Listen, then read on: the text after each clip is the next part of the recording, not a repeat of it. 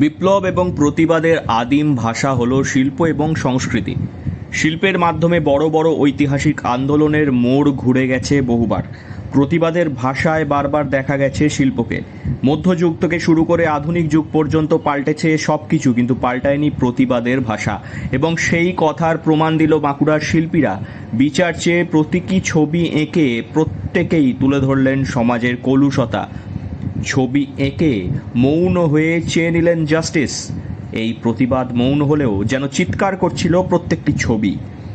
প্রতীকী ছবিগুলির রয়েছে গভীর অর্থ। মঙ্গলবার রাত 8টা থেকে 10টা সাড়ে 10টা পর্যন্ত বাঁকুড়া শহরের কৃষক বাজারে প্রতীকী ছবি এঁকে আরজিকর কাণ্ডের যোগ্য বিচার চেয়ে একটি মৌন প্রতিবাদ করলেন বাঁকুড়ার শিল্পীরা।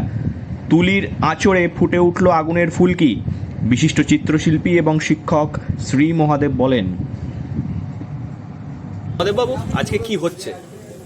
আমরা এখানে সমবেত হয়েছি সারা পৃথিবী জুড়ে যে আহ্বান বিভিন্ন মানুষ বিভিন্ন অ্যাঙ্গেল থেকে দিচ্ছেন, বিভিন্নভাবে যেভাবে তারা রাস্তায় নেমেছেন, আজকে আমরা আরেকটা উপায়ে আরেকটা পথ ধরে ছবির মধ্যে দিয়ে আমাদের প্রতিবাদের ভাষায় আমরা নিজেদের যে অব্যক্ত ভাষা সেখানে ছবিতে আমরা ফুটিয়ে তুলছি। এই ভাষাটা হচ্ছে উই ওয়ান্ট ফর জাস্টিস। আজকে সারা পৃথিবীর মানুষ এক ভাষায় কথা বলছেন, ধর্ম বর্ণ দলমত নির্বিশেষে সবাই কিন্তু এই কথাটাই বলছেন। বিগত কয়েকদিন ধরে পশ্চিমবঙ্গ তথা ভারতবর্ষের সবচেয়ে বড় আলোচ্য বিষয়গুলির মধ্যে জায়গা করে নিয়েছে নারী সুরক্ষা, নারী স্বাধীনতা এবং সমাজের কলুষতা। একাধারে কর্মরতা এবং সংস্কৃতিকর্মী মুকুল মুখার্জি বলেন, আর্জি করে যে ধরনের নৃশংস বর্বরচিত একটা ঘটনা ঘটে গেল, সেই ঘটনাটা তো মানবতার কলঙ্ক। তো সেই নারী হিসেবে আমরা লজ্জিত এবং ভীত। আমি নিজে একজন ওয়ার্কিং ওমেন, সংস্কৃতি কর্মী, বাইরে বেরোই, রাত অবধি আমাদের থাকতে হয়।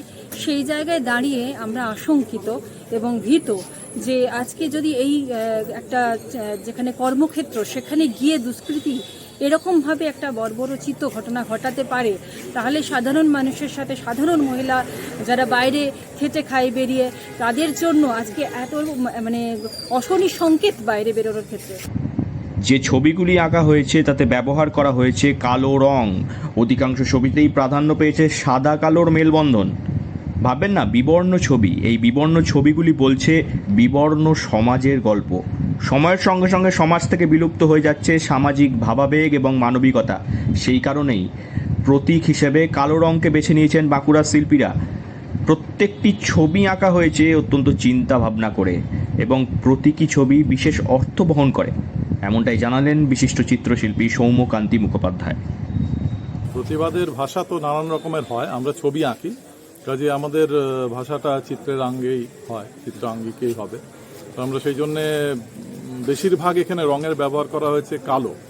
কালো দিয়েই আমরা এঁকেছি। হ্যাঁ, কারণ এখন আমরা প্রায় বিবর্ণ হতে বসেছি। যেরকম সমাজের অবস্থা হচ্ছে সেরকমই আমরা প্রতিফলন দেখতে পাচ্ছি বিভিন্ন জায়গায়।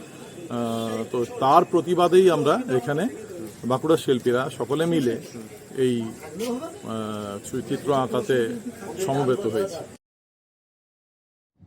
বাঁকুড়া থেকে নীলাঞ্জন ব্যানার্জির রিপোর্ট, লোকাল 18 বাংলা।